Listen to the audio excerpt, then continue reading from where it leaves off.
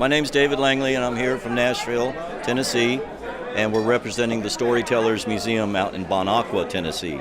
It's a place that Johnny Cash used to own, and the farm that he used to live on, and we're here to entertain everybody. We're also here with Mark Cash, who is Johnny Cash's nephew and Tommy Cash's son, and this is Rachel. She's one of the featured artists in the show too. Excellent singer and songwriter. All three of us are entertainers, and we're going to start about 8 o'clock, I think, tonight. How did you guys get involved with the museum in Tennessee? How did that come about? Well, actually, I worked at the farm 10 years prior to Brian Oxley buying it. Brian Oxley is the man putting everything together, bringing Bon Aqua back to life because there's nothing there. So I kind of got grandfathered in. Yeah. David, yeah. I played a show with a band from Canada there, and met Mark, Johnny's nephew, and we hit it off, and we just, one thing led to another. So what was it like when you first set foot onto that stage, knowing the history of it and the background? Was that special, or was it just like any other stage? No, knowing that the history behind the place, it's like being on stage at the Grand Ole Opry in Nashville, Tennessee. It's just one of those places that, as a matter of fact, I got into one of Johnny Cash's cars, and I had to get out of it immediately because I felt something behind me. And I told Rachel, I said, I have to get out of here. I have to get out of this car. And that was the first time I met you. That's when we met. Yeah, and that was one of Johnny's car, the one piece at a time Cadillac. Sounds creepy. It was interesting. It was actually funny. Yeah, watching. she laughed at me, and I thought, well, that was a great first impression.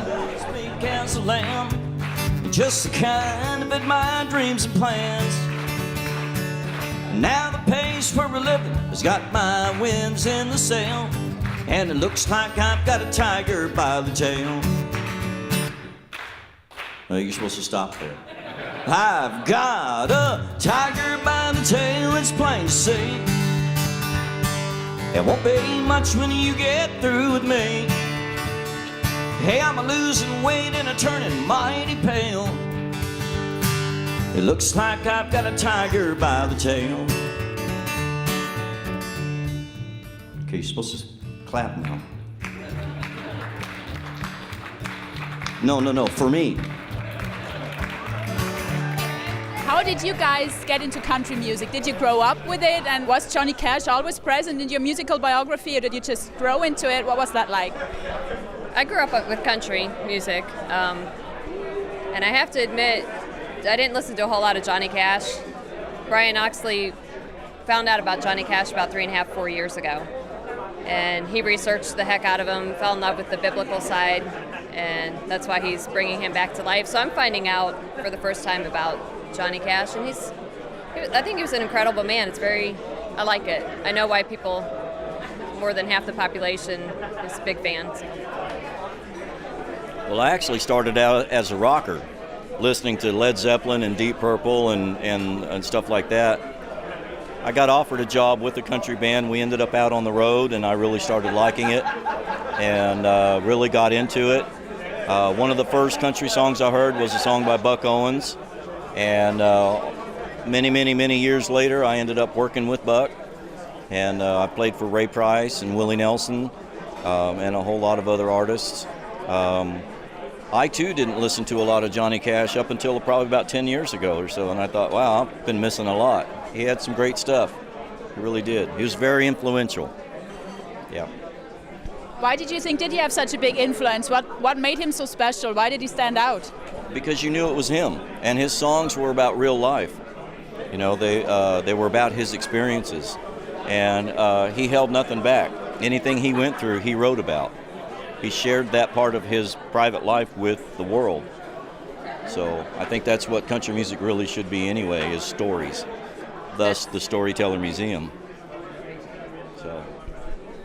Since you guys are musicians and storytellers yourself, what is the charm about storytelling? Why is it so important? Why do people respond to it so well? Everybody has a story. You can take something as dropping a pencil on the floor, and it could be a really cool story. But I think people need to relate, feel like they're being related to. Sometimes you feel alone, and it's nice to know somebody else out there feels that way too. Exactly, good point. My mother passed away when I was 16 years old, so my guitar's been my best friend for many years. I won't tell you how many, but a lot.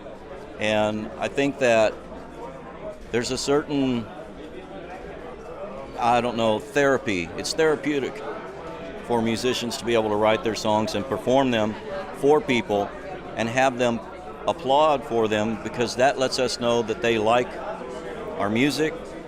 And speaking for myself, that lets me know that they like me.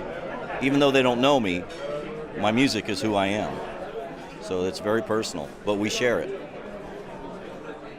So both of you have been musicians for a while. Do you have other projects lined up as well next to the Storytellers Museum? I have my own show out in America, and I've just signed with the Oxleys. They're wonderful people. I'm very honored to be a part of this. But I do have my own show in America where I travel around and do other things, yeah. I've been out of it for 20 years, raised 3 kids, which was the best job I've ever had. She's a great mom. Very cool. So, yeah, the Oxleys kind of are bringing me back into it, which is really cool. Wait till you hear her sing.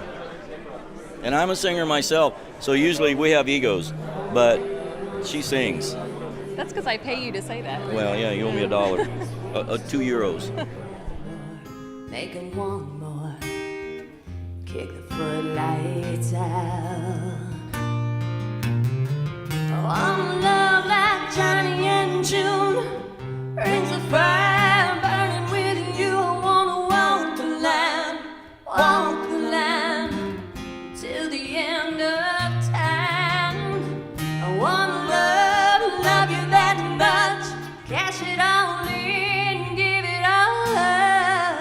When you're gone, I wanna go to like Johnny and June.